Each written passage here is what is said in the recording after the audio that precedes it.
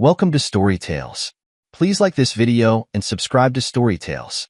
I hope you enjoy the story. Let's begin. Nolan Mercer wiped sweat from his brow as he surveyed the half-finished kitchen remodel. 15 years of building his renovation business had earned him a reputation as the best contractor in Maple Glen, Michigan. His phone buzzed.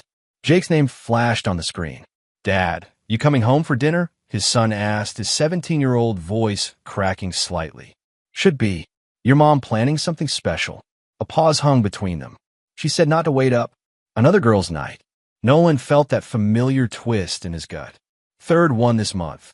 "Yeah," Jake said, his tone flat. "Seems like a lot." After hanging up, Nolan packed his tools meticulously, each hammer, saw, and drill returned to its proper place. Order amid chaos, the way he preferred his life. As he drove home through the tree-lined streets of Maple Glen, he couldn't ignore the signs anymore. Renee's restlessness had become a physical presence in their home, like an unwelcome guest that refused to leave. Their two-story colonial came into view, its white trim and navy shutters just as pristine as the day they'd bought it. Inside, the house felt empty despite Jake's presence in the living room. Textbooks spread across the coffee table. "How's the studying going?" Nolan asked, setting his lunch cooler on the counter. Jake shrugged. "Calculus is kicking my butt." Nolan peered over his son's shoulder. Numbers and symbols blurred together, but he recognized the determination in Jake's furrowed brow, the same expression he wore when tackling a difficult woodworking project. "You'll figure it out. You always do." Jake nodded, then glanced toward the stairs. "Mom spent 3 hours getting ready before she left." "That right?" Nolan kept his voice neutral. "New dress, too." The price tag was still on it when she tossed the bag. "For $100. Jake didn't look up from his textbook. "That's a lot for hanging out with the bakery ladies." Nolan sank into the armchair across from his son. Jake had always been observant, sometimes uncomfortably so. "Your mom works hard. She deserves nice things." "Sure." Jake finally met his father's eyes. "But she never wore stuff like that when you two went out for your anniversary last month." The comment hung in the air between them. Neither spoke it aloud, but the implication was clear. Something wasn't right. That night, Nolan lay awake until he heard the front door open at 1:17 a.m. He closed his eyes and controlled his breathing as Renee slipped into the bedroom. The scent of unfamiliar cologne drifted toward him, not overpowering, just a trace, but enough. She didn't shower before sliding under the covers, turning her back to him without a word. The next morning, Nolan rose early as usual. 15 years in the construction business had trained his body to wake with the sun. In the kitchen, he found a note from Renee, meeting clients for brunch. "Back later. R." Her handwriting seemed hurried, the letters sharper than her usual flowing script. Nolan made coffee and toast, reviewing the day's work schedule while the house remained quiet. When Jake stumbled downstairs an hour later, Nolan had already mapped out his approach. "Got time to help me with the Wilson project after school?" he asked his son. Jake poured cereal into a bowl. "Sure. What are we doing?" "Installing cabinets. Could use an extra set of hands." Jake nodded, milk dribbling down his chin. "Mom gone again?" "Client meeting." Nolan kept his tone casual. "How'd you do on that calculus problem?" "Figured it out around midnight." Jake's eyes were sharp, analyzing his father. "You okay, Dad?" Nolan met his son's gaze. "Just fine." "What? You seem different lately." "Quieter. Just thinking about that expansion project. Lot of moving parts." Jake nodded, but his expression said he wasn't convinced. The kid was too smart, too perceptive for his own good. Just like his father. The neighborhood block party arrived with perfect early summer weather. Maple Street closed to traffic as families dragged grills onto driveways and children chased each other with water guns. Nolan manned the grill, flipping burgers with practiced ease while neighbors lined up with paper plates. "Medium rare for me." "Nolan," called Tom Bradford from 3 houses down. "Coming right up," Nolan replied, sliding a perfectly cooked patty onto Tom's waiting bun. From his position, Nolan had a clear view of the entire party. His eyes tracked Renee as she moved through the crowd in her new sundress, stopping to chat with Monica Caldwell. Monica owned the most successful bakery in town, but her tight smile never quite reached her eyes as she spoke with Renee. Derek Caldwell appeared with 2 wine glasses, handing one to his wife and one to Renee. Tall, tanned, and wearing a golf shirt that probably cost more than what most people spend on a week's groceries.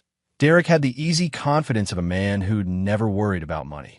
His car dealership, Caldwell Motors, sponsored half the town's Little League teams and had billboards on every major road. Nolan watched as Derek's hand brushed Renee's arm a touch that lingered just a beat too long. Renee laughed, tossing her head back in a way she rarely did at home anymore. Monica's smile grew more brittle as she sipped her wine. "You're burning that one, man." Nolan snapped back to the grill, where Tyrell Mason pointed at a smoking burger. They'd served together in the Army Corps of Engineers before starting civilian life, and now Tyrell was his right-hand man at Mercer Renovations. "Thanks," Nolan said, rescuing the burger. "Got distracted." Tyrell followed Nolan's earlier gaze. "Yeah, I see the distraction." Caldwell's working the crowd again.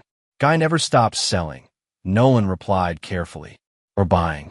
Tyrell raised an eyebrow. "Heard he just got Monica another diamond bracelet. Making up for something, if you ask me." Nolan flipped another burger. "Not our business." "True that."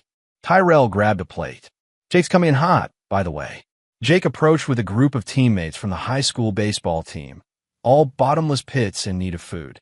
The conversation shifted to sports and school, but Nolan's awareness remained fixed on the trio across the lawn. Derek now stood between the 2 women, his arm casually draped across the back of Renee's chair, while Monica stared in her wine glass. Later, as the party wound down and neighbors packed up coolers and folding chairs, Nolan found himself face-to-face with Derek Caldwell. "Great burgers, Mercer," Derek said, extending his hand. "You've got the magic touch." Nolan shook it firmly. "Just basic technique.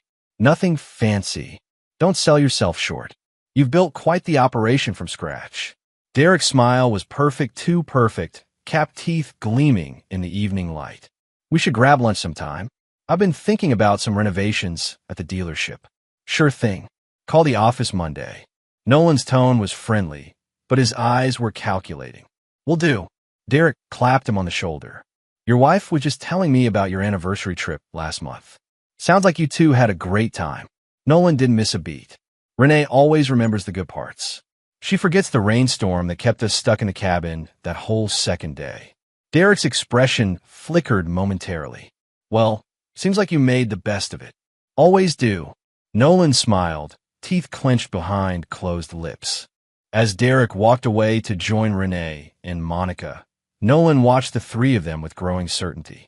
The evidence wasn't just Renee's new clothes or late nights. It was in how she angled her body toward Derek, how her eyes tracked him across the yard, how Monica's shoulders tensed when they spoke. That night, after the block party ended and neighbors retreated to their homes, Nolan and Renee prepared for bed in silence. The wall between them had been growing for months, but tonight it felt solid and impenetrable. "You seem to enjoy yourself," Nolan commented, pulling back the covers. Renee applied moisturizer to her hands, not meeting his eyes. "It was nice. The Bradford's youngest is heading to college in the fall. Can you believe it? Time flies." Nolan sat on his side of the bed. "You?" And Monica seemed deep in conversation. A slight pause. "Just bakery talk. She's thinking of expanding." "Good for her." Nolan watched his wife's reflection in the dresser mirror. "And Derek has renovation plans for the dealership." Renee's hands stilled for just a moment. "Oh, that should be good for business." "Could be." They finished their bedtime routines without another word about the Caldwells, but Nolan felt the shift in the air between them. 15 years of marriage had taught him to read the silences, and this one spoke volumes. The following Tuesday, Nolan worked late with Tyrell, finishing up the trim work on a bathroom remodel. As they packed up their tools, Tyrell's casual comment landed like a punch. "So Derek Caldwell came into the hardware store yesterday, buying fancy cabinet pulls. Said they were for his home office, but Johnson swears he saw him driving toward your neighborhood after." Tyrell wiped his hands on a rag. "Probably visiting one of his lady friends while the wives are busy. Guy's got a reputation." Nolan's hammer slipped from his grip, clattering against the tile floor. "What reputation is that?" Tyrell looked up, surprised at Nolan's sharp tone. You know, the way he flirts with everyone's wife. Just talk, probably. He studied Nolan's face. You all right, man? Fine. Nolan retrieved his hammer, placing it carefully in his toolbox. Just tired. Long day. Tell me about it. Tyrell stretched his back. My ex is giving me grief about child support again. Women, right? Can't live with them. But Nolan barely heard his friend's complaints. His mind raced, connecting dots he'd been deliberately ignoring. Jake's comments about Renee's new clothes and late nights. The unfamiliar cologne.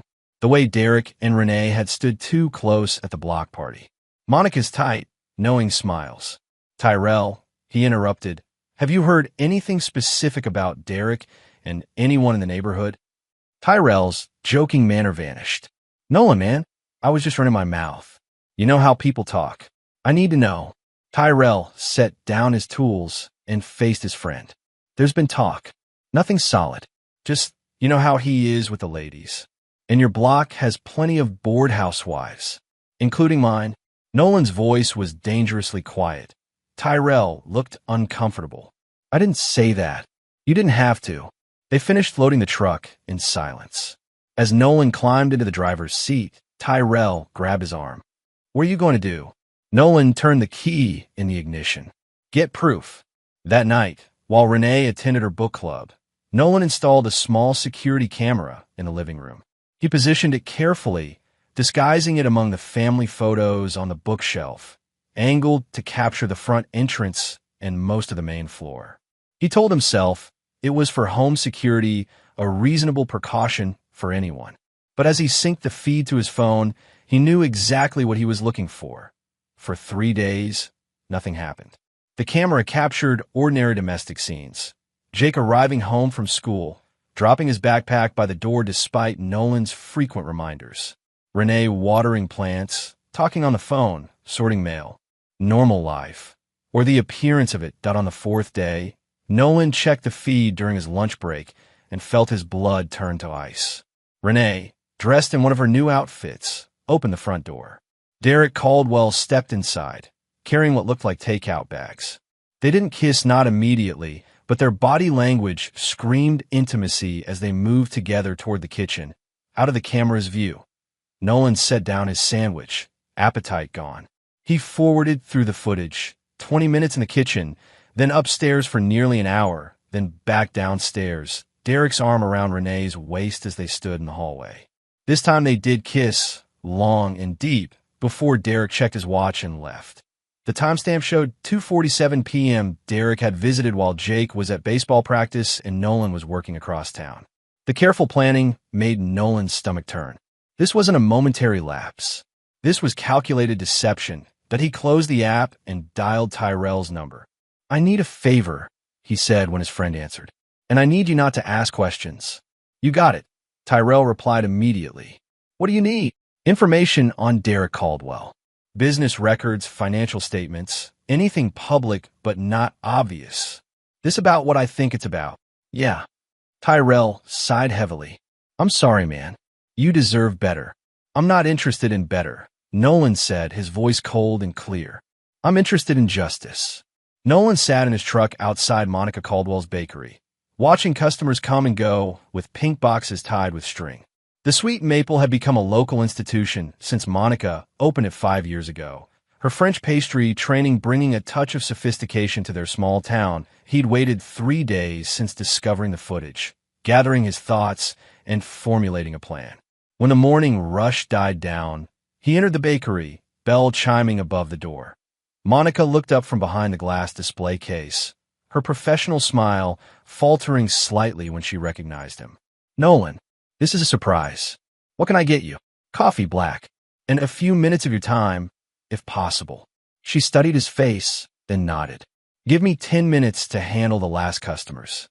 You can wait in my office in the back. The small room behind the kitchen smelled of butter and sugar. Framed reviews and business licenses hung on one wall, family photos on another. Derek and Monica stood smiling on a beach, on a ski slope, in front of their house, the perfect couple according to Facebook and the town gossip mill. Monica entered, wiping flour from her hands on her apron. You're not here for pastries, are you? No. Nolan met her gaze directly. I have evidence that your husband and my wife are having an affair. Monica didn't gasp or cry out. She simply sank into her chair, as if her legs could no longer support her. I see. You don't seem surprised. I'm not. She twisted her wedding ring, a nervous habit. How did you find out? Security camera. In my own home. The bitterness crept into his voice despite his efforts. You already knew? Monica nodded, her expression hardening. For about 3 months. Found hotel receipts, text messages. Derek's not as clever as he thinks. Neither is Renee. Nolan leaned forward. I came here because I thought you deserved to know that I know. And because I have a proposition. I'm listening. I'm filing for divorce. No warnings, no second chances, no marriage counseling. Clean break. Monica's lips curved into a small, sad smile. And you want to know if I'm doing the same? I think they deserve to face the consequences together. Don't you? Same day, same time.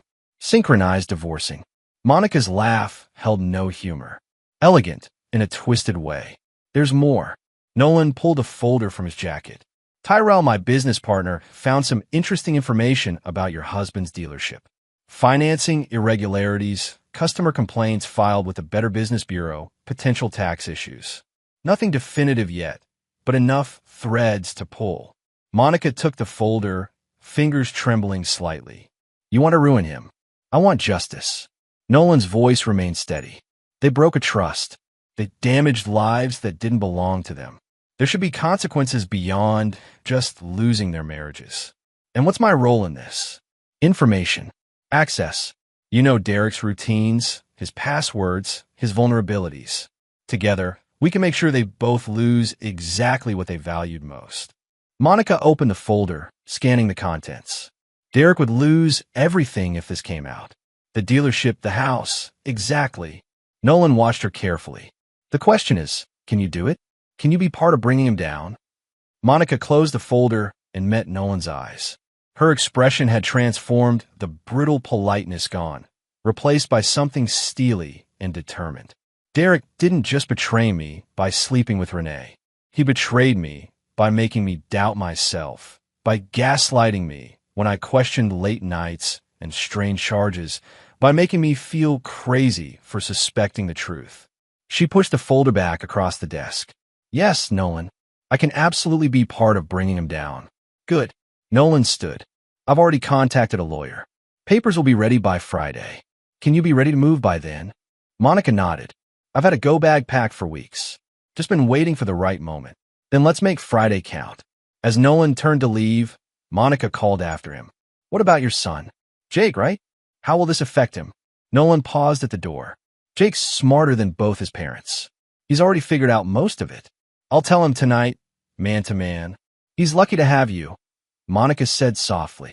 No, Nolan corrected her. I'm lucky to have him. Only good thing to come out of this mess.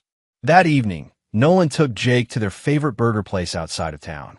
The restaurant was nothing special: vinyl booths, paper placemats, waitresses who called everyone honey, but they'd been coming here for father-son dinners since Jake was old enough to hold a hamburger. Jake studied the menu despite knowing it by heart. Something's up. You only bring me here when there's big news. Nolan set down his own menu. That obvious. Last time we came was when Grandpa died. Time before that was when you were expanding the business. Jake met his father's eyes. So what is it? Your mother and I are getting divorced. Jake's expression didn't change. He nodded slowly, absorbing the information. Because of her and Mr. Caldwell. The question hit Nolan like a physical weight. You knew. I saw them once. At the mall in Grand Rapids. They didn't see me. Jake shredded his paper napkin methodically. I was going to tell you, but then I thought maybe you already knew and were just, I don't know, dealing with it in your own way. I found out last week. Been making arrangements since then. What kind of arrangements? Nolan considered how much to share with his son. Jake wasn't a child, but he was still 17. Still learning what kind of man he wanted to become. Legal arrangements. Financial arrangements. Making sure we're protected. Jake nodded again. Good. She doesn't deserve anything. Jake. No, Dad. Jake's voice hardened. Don't defend her. Not to me. She broke our family. She lied to both of us. Nolan reached across the table, gripping his son's forearm. I'm not defending her, but I don't want hatred eating you up inside. That's a poison you don't need. What about you? Are you just over it? No, I'm angry. Nolan released Jake's arm. But I believe in consequences, not revenge. There's a difference. Jake didn't look convinced, but he nodded. So what happens now? Friday morning, I serve her with divorce papers. She'll move out immediately. All her things will already be packed. You and I stay in the house. Life goes on. Just like that. Just like that. Nolan forced a small smile. It'll be rough for a while. People will talk, but we'll get through it. Together, Jake said. Together, Nolan agreed. They ate their burgers and talked about safer topics: Jake's college applications, the upcoming baseball championship, Tyrell's new girlfriend. But beneath the normal conversation ran an undercurrent of shared pain and resolve. By the time they drove home, a new understanding existed between them. They were a unit now, father and son against the world. The next day, Nolan met with his lawyer, Carol Weston, to finalize the divorce filing. She'd been his business attorney for years, a sharp-minded woman who'd survived her own divorce with both her assets and dignity intact. The evidence is solid, she said, reviewing the security footage stills. Michigan's a no-fault state, but infidelity can impact spousal support determinations, especially with this kind of documentation. I don't care about denying her support, Nolan replied. I care about protecting what's mine. The business, the house, Jake's college fund. All separate property or jointly owned with clear documentation of your contributions. Carol nodded approvingly. You've always been meticulous with your finances, Nolan. It's paying off now. What about Jake? He's 17, almost 18, correct? He can choose where he lives.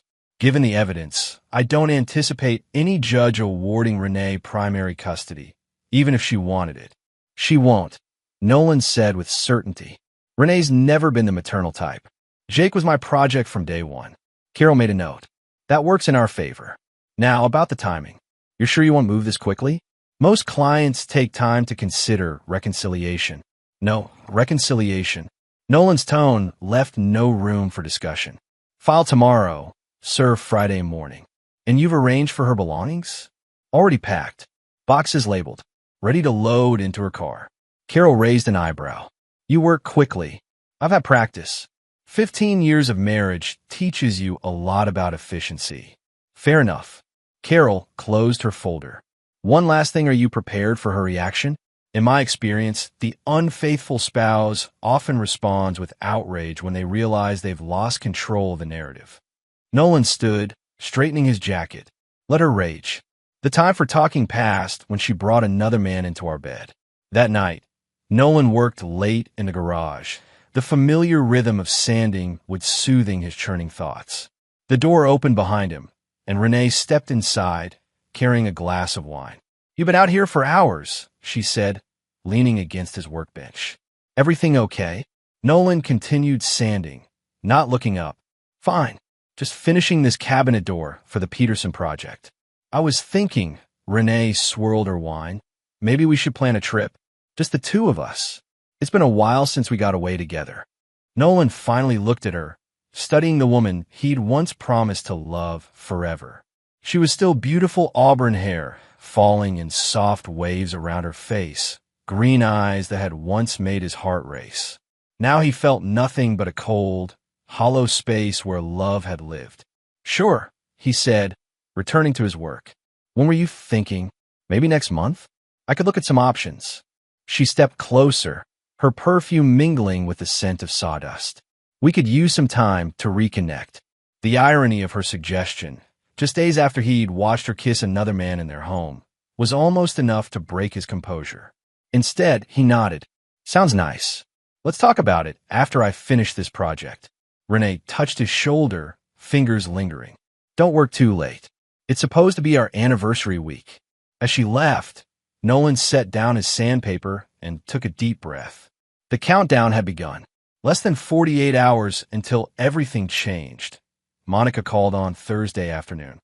Everything's ready on my end, she said without preamble. Lawyers filed the papers. Derek's clothes are packed. I've moved all my personal assets to new accounts. Good. Nolan wedged the phone between his ear and shoulder as he reviewed building plans. Any change of heart? None whatsoever. Her voice was firm. Though I did have an unexpected visitor this morning. Who? Helena Wilson, Renee's best friend. Nolan frowned. Helena had been Renee's confidant for years, a divorcee who owned a local real estate agency. They'd never been close, but Helena had always been polite to him at social gatherings. What did she want? To warn me. Monica's voice dropped lower. Apparently, she's known about the affair for months. Renee's been confiding in her. But now Helena feels guilty or threatened. She's worried about her own reputation when this all blows up. How much does she know? About the affair? Everything. About her plans? Nothing specific. But she offered to help me get even with Derek. Said she has information about his business dealings that could be useful. Nolan set down his pencil. What kind of information? Financial irregularities at the dealership. Fudged credit applications. Falsified income verification for loans. Helena's brother works in banking apparently. He's seen some questionable paperwork come through. That could destroy his business. Exactly. Monica paused. I told her I'd think about it. Should I have said no? Nolan considered the implications. No, you did the right thing. We might need her later. For now, keep her talking but don't commit to anything. What if she warns Renee? She won't. Helena's protecting herself now. Besides, tomorrow morning it'll be too late for warnings. After hanging up, Nolan mulled over this new development. Helena had always struck him as self-serving, climbing the social ladder one rung at a time. If she was offering to turn on Renee, she must sense which way the wind was blowing. That evening, Nolan prepared dinner, as usual grilled chicken, roasted potatoes, green beans. Jake joined him in the kitchen, setting the table without being asked. Last normal night, Jake muttered, arranging forks beside plates. There'll be more normal nights, Nolan promised. Different but normal. Renee arrived home just as Nolan was serving, her cheeks flushed and eyes bright. Sorry I'm late. Client meeting ran over. Nolan nodded, passing her a plate. How'd it go? Great. They're ready to list next week. Renee chatted animatedly about the property, the potential buyers, the expected bidding war, all lies. Nolan knew, but he nodded in all the right places. After dinner, Renee disappeared upstairs to call Helena, and Jake helped Nolan clean up. How can you stand it? Jake asked, loading the dishwasher. Listening to her lie like that. Practice, Nolan replied simply. And knowing it ends tomorrow. Jake glanced toward the stairs. What she freaks out? Makes a scene. She probably will. That's why I want you out of the house in the morning. Go to school early, meet up with friends. No way. Jake shook his head firmly. I'm staying. This affects me too. Nolan studied his son's determined expression. The boy had his mother's green eyes, but Nolan's stubborn jawline.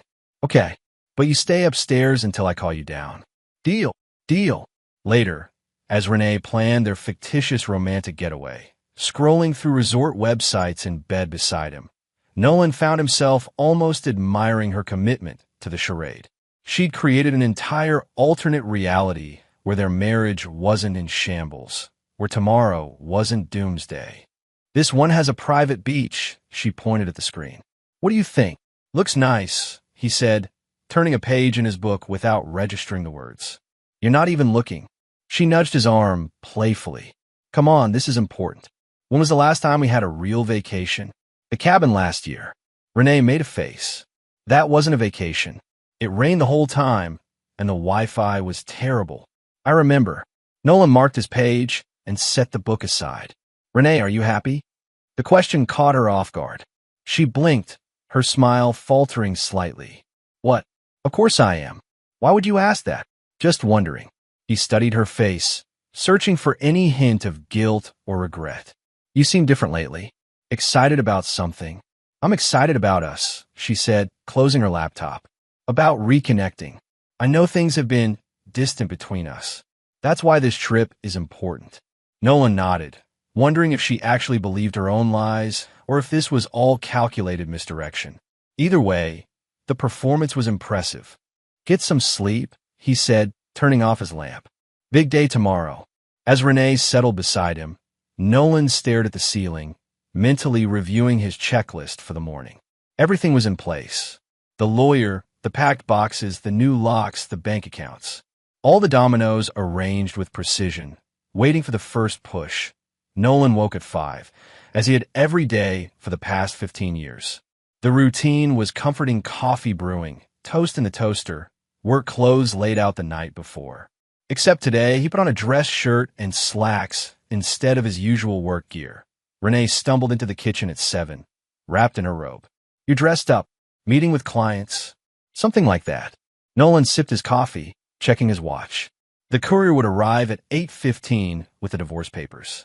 Monica would be delivering Derek's belongings to their front porch at 8:30. Everything timed to perfection. "I might go shopping today," Renee said, pouring herself coffee. That resort had a dress code for dinner. "I could use something new." Nolan nodded, letting her spin her fantasy for the last time. "Renee, I need to show you something in the garage. Now, I'm not even dressed. It won't take long." Curiosity overcame her reluctance, and she followed him through the door connecting the kitchen to the garage. There, neatly stacked and labeled, were 15 boxes containing her clothes, shoes, jewelry, and personal items. Renee stopped short. "What is this?" "Your things," Nolan said simply. "Packed and ready to go." "I don't understand." Her voice rose slightly. "Are we renovating?" "Moving." "You're moving." Nolan met her confused gaze. "I filed for divorce yesterday. The papers will be here in about 20 minutes. Renee's coffee mug slipped from her fingers, shattering on the concrete floor. "What?" "Nolan, this isn't funny. It's not meant to be." He stepped carefully around the broken ceramic and coffee puddle. "I know about Derek. I have proof date, time, and location, including our bedroom." The color drained from Renee's face. "Nolan, I can explain." "Don't bother. I'm not interested in explanations or apologies. The marriage is over. These boxes contain everything that belongs to you. Your car keys are on top of that box." He pointed to the nearest stack. "You have until noon to load your car and leave." Renee's shock gave way to anger. "You can't just throw me out. This is my home too." "Actually, I can. The house is in my name. You insisted on that arrangement when we bought it, if you recall. Something about protecting your credit score." Nolan's voice remained calm, almost conversational. "As for your personal belongings, I've been more than fair. Everything you came into this marriage with, and everything you acquired during it is in these boxes." "This is insane." Renee's voice rose to a shout. "You can't make these decisions without talking to me. The way you discussed sleeping with Derek in our bed before doing it." Nolan raised an eyebrow. Or the way you discussed spending our money on clothes to impress him. Or using our home when you thought Jake and I wouldn't be around. "It wasn't like that." "Save it, Renee." Nolan checked his watch again. "The courier will be here soon. You might want to get dressed before signing for legal documents." "I won't sign anything. You can't make me." "You don't have to sign them to be served. And fighting this will only drain whatever money you have left. I have video evidence, witness statements, and financial records. This divorce is happening whether you cooperate or not." Renee's eyes narrowed. "Is this about money? Fine. I'll give you the commission for my next 3 sales. We can work this out." "This isn't about money." Nolan's voice finally hardened. "This is about trust, respect, family, all the things you threw away for quick thrills with a car salesman." The doorbell rang, right on schedule. Nolan turned toward the house. "That'll be the courier. Jake's upstairs if you want to say goodbye, though I doubt he's interested in hearing from you right now." "Jake knows." Renee's voice cracked. "You told our son? He figured it out on his own. Kids are perceptive that way." Nolan left her standing among the boxes of her dismantled life and answered the front door. The courier, a young man in a company polo, held out a clipboard. "Delivery for Renee Mercer. She'll be right out." Renee appeared moments later, hastily dressed in yesterday's clothes, her face a mask of fury and disbelief. She snatched the envelope from the courier without signing, tearing it open as the young man beat a hasty retreat. "This is ridiculous," she muttered, scanning the legal document. "No-fault divorce, division of assets. No spousal support. What is this?" She jabbed at a paragraph. "I'm entitled to half of everything." "Read the prenuptial agreement section," Nolan suggested. "The one you signed 15 years ago stating that the business remains my separate property in case of divorce. As for the rest, I've documented every contribution I've made to our joint assets. The house was purchased primarily with my inheritance from my father. Your car was a gift from me, which I'm allowing you to keep. Seems more than fair.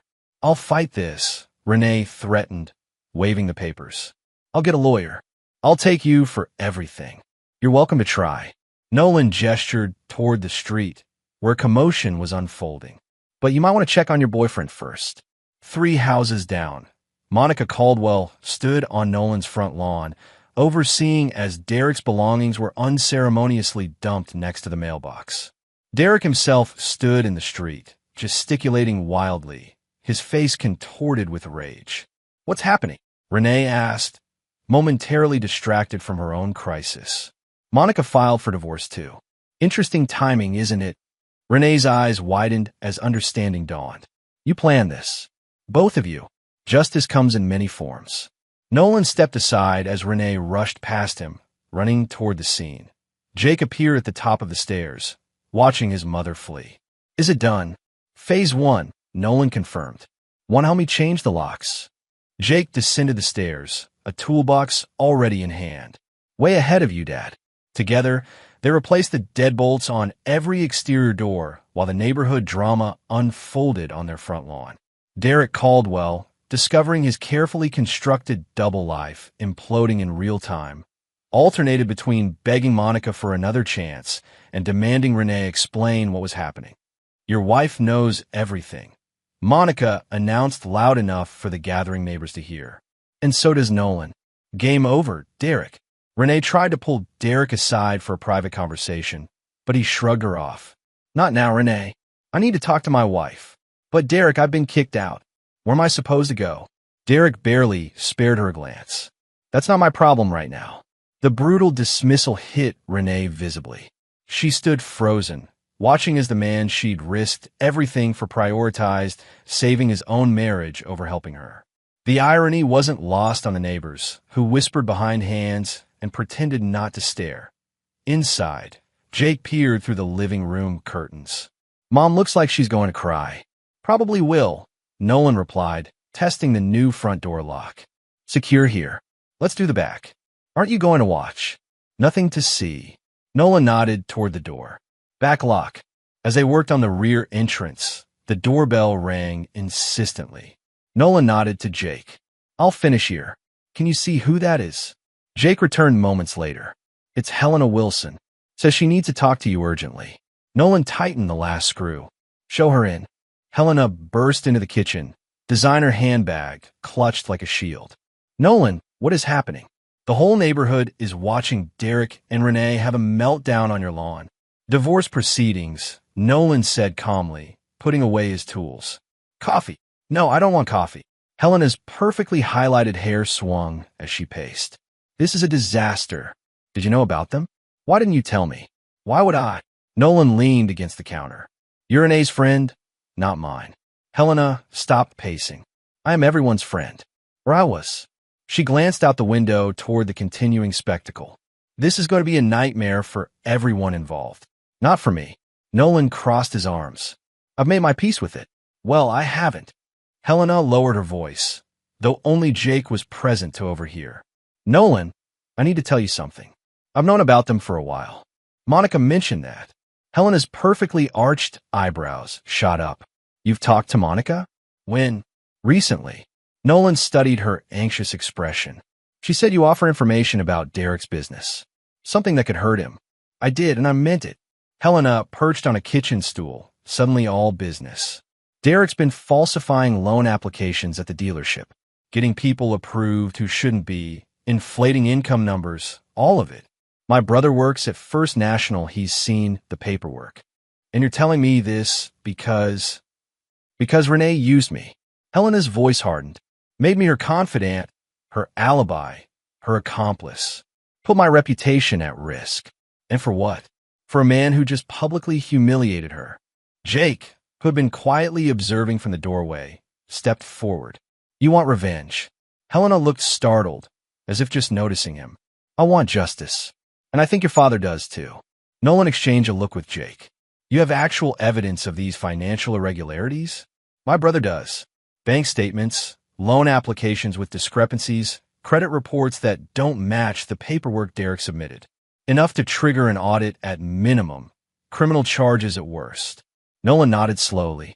And you're willing to help Monica access this information? I already offered. She seemed hesitant. She was being cautious. Nolan straightened. Jake, can you give us a minute? Jake looked like he wanted to argue, but nodded. I'll go check on the chaos outside. When they were alone, Nolan faced Helena directly. Why should I trust you? You've been covering for my wife's affair for months. Because I made a mistake. I want to fix it. Helena met his gaze. And because Derek Caldwell deserves to lose everything, just like he made others lose everything. What do you mean? Helena hesitated, then reached into her bag for her phone. My cousin applied for financing at Caldwell Motors last year. Good job. Decent credit. Should have been approved. Derek denied him. Said his credit wasn't strong enough. She pulled up a text message. 2 weeks later, the same car was sold to another customer who Derek personally vouched for, a customer with worse credit but a connection to Derek. That's unethical, but hardly criminal. It gets worse. Helena scrolled to another message. My cousin complained to the bank directly. They checked his application and found income figures that didn't match what he'd submitted. Someone at the dealership had lowered them to make him look less qualified. Why would Derek do that? To save the deal for his friend, who paid cash under the table as a thank you. My brother confirmed it off the record, of course. He's seen multiple cases like this. Nolan considered the implications. If Helena was telling the truth, Derek hadn't just betrayed his wife, he'd systematically abused his position, manipulating finances to benefit himself and his cronies at the expense of honest customers. What exactly are you proposing? Helena's smile was cold. An anonymous tip to the banking commission. Copies of documentation sent to Derek's investors, the ones who would be liable if this blew up. One email could start an investigation that would bring down his entire operation. And that email would come from, not me, not you, not even Monica. Helena leaned forward. But perhaps from Renee. She had access to his phone, his email. She knows things. It would be poetic, don't you think? The mistress bringing down the cheater's empire. Nolan shook his head. Renee would never do that. She doesn't have to know she's doing it. Helena's voice dropped to a whisper. I have her passwords. She used my computer often enough to leave traces. One email, sent from her account to the right people, with the right documentation attached. The scheme was elegant in its simplicity and devastating in its potential impact. Nolan understood why Helena had approached Monica, first women scorned, seeking alliance against a common enemy. But something about Helena's eagerness made him cautious. What's your angle in this, Helena? Really? She didn't flinch from the direct question. Protection. When the scandal breaks wide open, I want to be on the right side of it. And she hesitated. Derek cost my family money. Real money. My cousin wasn't the only one who got screwed over. So it's personal, isn't all of this? Before Nolan could respond, the front door slammed open. Jake appeared in the kitchen doorway, eyes wide. Dad, you need to come now. Derek's losing it. Nolan followed his son to the front porch, Helena close behind. The scene had escalated dramatically. Derek, red-faced and shouting, stood in the middle of the street. Monica had retreated to her car, but remained parked at the curb. Renee hovered nearby, tears streaming down her face. You think you can just throw me away? Derek bellowed at Monica. After everything I've done for you? That bakery wouldn't exist without my money. Your money. Monica's voice carried clearly across the lawn. My grandfather's inheritance built that bakery. Your contribution was sleeping with my friends behind my back. Neighbors had abandoned all pretense of not watching. Tom Bradford stood on his front lawn in a bathrobe, coffee cup in hand. The Johnsons paused while loading their kids into a minivan. Even Mrs. Halston, 82 and hard of hearing, had emerged to witness the spectacle. This town would be nothing without me. Derek stabbed a finger in the air. I employ half the people here. I sponsor every event. I made this place, and now you're unmaking it. Nolan commented as he descended his front steps. Derek whirled to face him. This is your fault. You and your security cameras and your detective work. You couldn't just look the other way like a normal husband. Normal husbands don't allow other men to sleep with their wives. Nolan replied evenly. Normal husbands protect what's theirs. Protect. Derek sneered. Is that what you call this circus? This humiliation? I call it consequences. Nolan stepped closer, voice low but carrying. Actions have them, Derek. Always. You son of a. Derek lunged forward, fist raised, but Nolan sidestepped easily. Derek stumbled, off balance, as Tyrell's truck screeched to a halt at the curb. Everything okay here? Tyrell called, emerging from the driver's side, his imposing frame enough to make Derek reconsider his approach. Fine, Nolan replied, not taking his eyes off Derek. Mr. Caldwell was just leaving. Weren't you, Derek? Derek looked from Nolan to Tyrell, then to the gathered neighbors. Whatever calculation ran through his mind, he seemed to recognize the battle was lost for now. This isn't over, he muttered, backing toward his car. Actually, it is. Monica called from her vehicle. Check your email. My lawyer copied your business partners on the divorce filing, including the evidence of your affairs. Plural. Derek froze. You didn't. I did. Monica started her engine. Have a nice life, Derek. What's left of it? As Monica drove away, Derek fumbled for his phone, face paling as he scrolled through messages. Without another word to anyone, not even Renee, he jumped in his car and sped off, tires squealing. Renee stood alone on the sidewalk, abandoned by her lover and evicted by her husband, the center of attention for all the wrong reasons. She turned toward Nolan, mascara streaking her cheeks. Where am I supposed to go? For a moment, Nolan felt a flicker of pity. 15 years. A child together. A life built and now dismantled. But the moment passed quickly as he remembered the security footage, the lies, the betrayal. That's not my concern anymore, he said quietly. Your things are packed. Take them and leave. Nolan, please, no. The single word carried the weight of finality. We're done, Renee. Jake stepped forward, standing shoulder to shoulder with his father. You should go, Mom. Nobody wants you here. The harshness from her son seemed to hit Renee harder than anything else. She stared at Jake, mouth opening and closing without sound, before turning and walking slowly back toward the house. Tyrell approached, keeping his voice low. Hell of a morning. You okay? Getting there. Nolan clasped his friend's shoulder. Thanks for coming. Always got your back. Tyrell nodded toward the curious neighbors. Want me to help clear this crowd? No need. Show's over anyway. Helena, who had watched the confrontation from a porch, descended to join them. Not quite over. The Derek Caldwell saga is just beginning. What do you mean? Jake asked. Helena smiled thinly. Let's just say his business partners will have some very interesting reading material today. Anonymous tips have a way of causing immediate action when financial irregularities are involved. Nolan raised an eyebrow. You didn't wait for my approval. Time is of the essence in these matters. Helena shrugged unapologetically. Besides, you were busy managing the street theater. Tyrell looked between them. What am I missing? I'll explain later, Nolan promised. For now, let's focus on getting Renee's things loaded and her out of our house. The next few hours passed in tense efficiency. Renee, subdued and shell-shocked, moved her boxes to her car and a small U-Haul trailer Helena arranged. She made one attempt to speak privately with Jake, but he refused, shutting his bedroom door in her face at BY noon. The driveway was empty of her belongings, and Renee stood at the front door for the last time. Can I at least have some time to find a place? A few days on the couch. Her voice had lost its earlier fight, replaced by quiet desperation. No. Nolan held the door open, an unspoken instruction to leave. Helena's offered you her guest room until you sort things out. Renee looked past him to where Jake stood at the bottom of the stairs. Jake, baby, I'm sorry. This isn't what I wanted. Yes, it was. Jake's voice was flat. You just wanted to keep both Dad at home, taking care of things while you had fun with Mr. Caldwell. You don't get to have it both ways. That's not fair. Neither is cheating on your family. Jake turned and walked away, disappearing into the kitchen. Renee's shoulders slumped in defeat. He'll never forgive me, will he? Probably not, Nolan agreed. But that's between you and him now.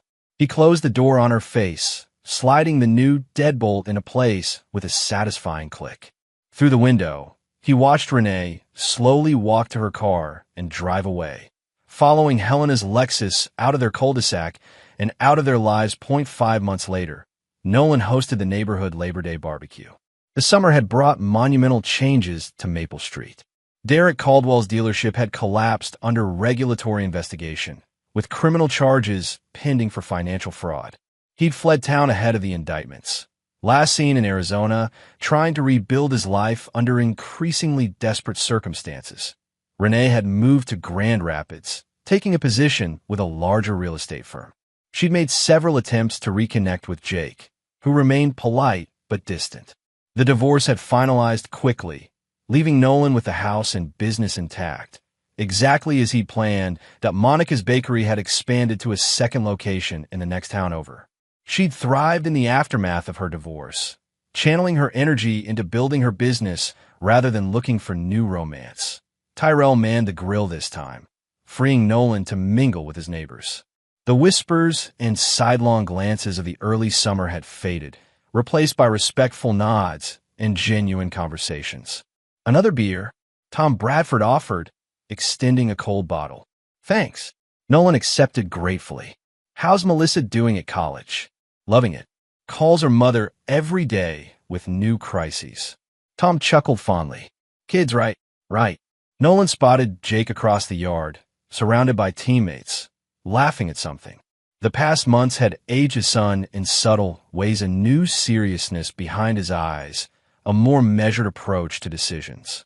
But there was laughter too, and plans for the future. They were healing, slowly but surely. Monica arrived carrying a tray of pastries, her new assistant helping with additional desserts. She made her way to Nolan's side after setting up her contribution. "Successful turnout," she observed, surveying the crowded yard. "Better than I expected." Nolan clinked his bottle against her glass of lemonade. "How's business?" "Booming. The second location is already turning a profit." Monica smiled, more relaxed than he'd ever seen her. "Heard from Helena today. Apparently Derek's trying to cut a deal with prosecutors. Too late for that. His investors won't settle for anything less than full restitution, which he can't possibly provide." Monica's satisfaction was evident. "Karma's a fascinating force, isn't it?" Nolan nodded, watching Jake approach with a plate of food. "That it is." Jake joined them, balancing a burger piled high with toppings. "Coach says I have a good shot at a scholarship to Michigan State." "That's fantastic," Monica said warmly. "Their engineering program is supposed to be excellent." "That's what Dad says too." Jake grinned at his father. "Though he's biased." "Completely," Nolan agreed, returning the smile. "Doesn't mean I'm wrong." As afternoon faded into evening, lawn chairs formed casual circles around scattered tables. Stories and laughter flowed as freely as the drinks. Nolan found himself at the center of one such gathering, surrounded by neighbors who'd witnessed his worst day and now shared in his recovery. To new beginnings, Tyrell proposed, raising his bottle in a toast. "New beginnings," the group echoed. Across the yard, Monica caught Nolan's eye and raised her glass in silent acknowledgement. There was no romantic intent in the gesture. Both were too raw for that, just recognition of shared experience and mutual respect. Jake dropped in a chair beside his father. "Mom called again today. Wants to meet for lunch next weekend." "Going to go?" Jake shrugged. "Maybe. Not sure what there is to say anymore." "Your choice." Nolan rested a hand briefly on his son's shoulder. "Whatever you decide, I've got your back." "I know, Dad." Jake's smile was small but genuine. "That's the one thing I never doubted." As darkness fell and neighbors began gathering their belongings to head home, Nolan stood in his driveway, saying goodbyes. The house behind him was quieter now, with one less person filling its rooms. But it was no longer filled with lies and betrayal either. He'd lost a wife, but saved himself and his relationship with his son. The business continued to thrive, expansion plans moving forward. Most importantly, he'd faced destruction and emerged stronger, not broken. Tyrell approached as the last guest departed. "Need help cleaning up?" "Nah, Jake and I have it covered." Nolan surveyed the remnants of the gathering. "Thanks for coming. Meant a lot." Wouldn't miss it. Tyrell studied his friend's face. You good? Really good. Nolan considered the question, looking back at the house where Jake was already gathering trash bags. In the months since discovering Renee's betrayal, he'd experienced rage, grief, vindication, and finally, a strange peace. The woman he'd loved had been gone long before he'd packed her things. The life he planned had derailed, but found a new track. Yeah, he said finally. I'm good. Glad to hear it. Tyrell clapped him on the back. Some men never recover from what you went through. They let it poison everything. Not my style. Nolan picked up an abandoned plate from the driveway. Life's too short for that kind of bitterness. As Tyrell drove away and Nolan turned back toward his home, on his terms he realized the truth in his own words. The revenge had been swift and complete, the consequences devastating for those who had betrayed him. But unlike Renee and Derek, forever defined by their deception, Nolan had already moved beyond it. He joined Jake in the yard, gathering empty bottles and discarded napkins in comfortable silence. Together, they restored order to their domain as the maple trees cast long shadows across the lawn, marking the end of summer and the beginning of whatever came next.